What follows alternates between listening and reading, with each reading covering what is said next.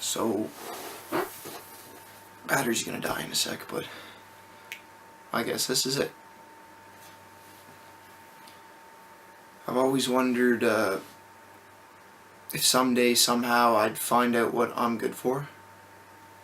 But clearly now, this just shows I'm not good for anything.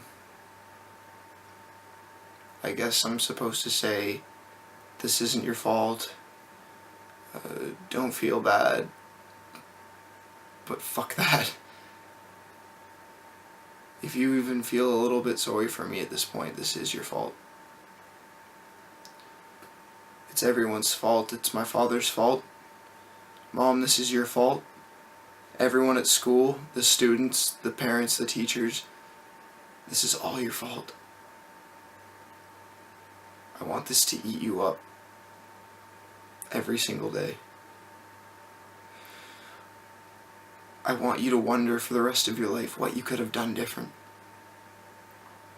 What am I saying? No one will care. No one will miss me. You'll all just be happier.